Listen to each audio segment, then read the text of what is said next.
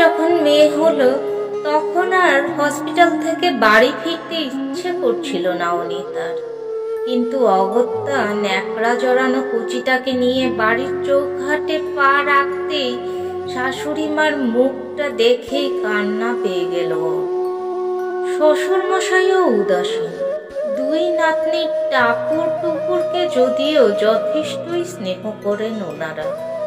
টুকুর পেটে আসার পরে সবাই খুব ছেলের আশা করেছিল, হলো না।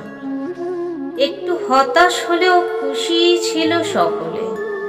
অনিচ্ছা সত্ত্বেও আবার যখন গর্ভবতী হলো অনিতা, তখন সবার মতো ও নিজে আর ওর বাবা মাও চেয়েছিলেন ছেলেই হোক এবার একটা।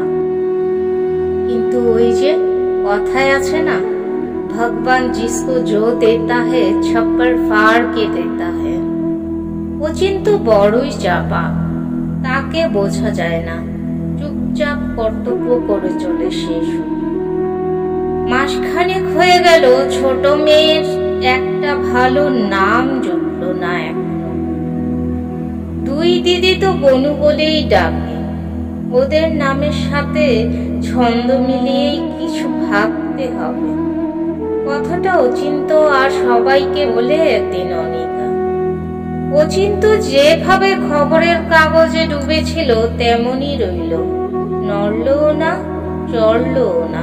শ্বশুর শাশুড়ি তো কথা বলাই প্রায় বন্ধ করেছেন, তাই তাদের মধ্যেও কোনো হেলদোল দেখা গেল না।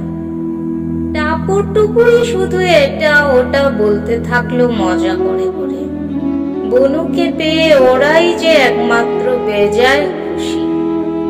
বুকের ভেতরে জমে থাকা অভিমান বুদবুদ আকারে বেরিয়ে আসতে চাইল।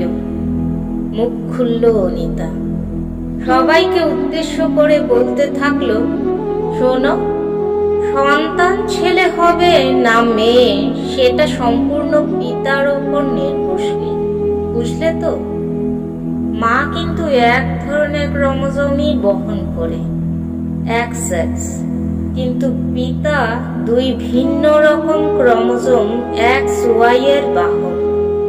পিতার Y ক্রোমোজোম মাতার X অর্থাৎ XY ক্রোমোজোমের সাথে মিলিত হলে তবেই ছেলে জন্মায়, আর দুজনেরই X ক্রোমোজোম মিলিত হয়ে মেয়ের জন্ম হয়।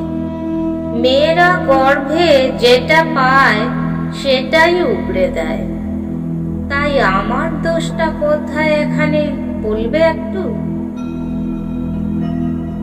একদিন বাচ্চাটাকে কোলে পর্যন্ত কেউ নিলে না।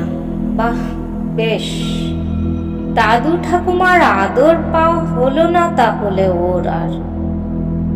এটুকু বলে দিয়েই শরীর মন ফুরফুরে হয়ে গেল অনিতার। আর আর্টসের স্টুডেন্ট হয়ে ক্লাস 10 বায়োলজি হুবহু মনে রেখেছে দেখে মনে মনে নিজেই নিজের পিঠ চাপড়ে দিল। এর কদিন পর রান্নার মাসি আর ঠিকে ঝি কাজ করে চলে গেলে অনিতা দুধের শিশুকে ঘুম পাড়িয়ে শুইয়ে দিয়ে স্নানে গেছিল।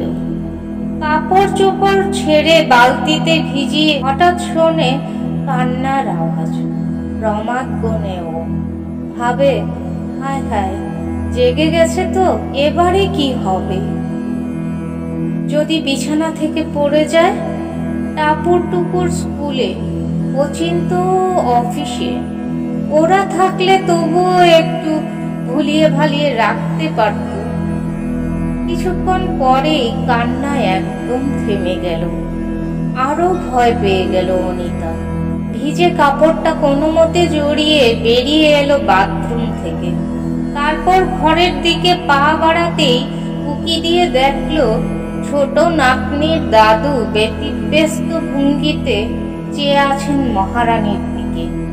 আর ঠাকুরমা, তিনি পরম মমতায় বুকে জড়িয়ে দোল দিচ্ছেন তাকে, আর মুখে মুখে ছড়া কাটছেন। বৃষ্টি পড়ে টাপুর টুকুর, নদে এলো গান, তুমি আমাদের নুপুর সোনা, তুমি আমাদের প্রাণ।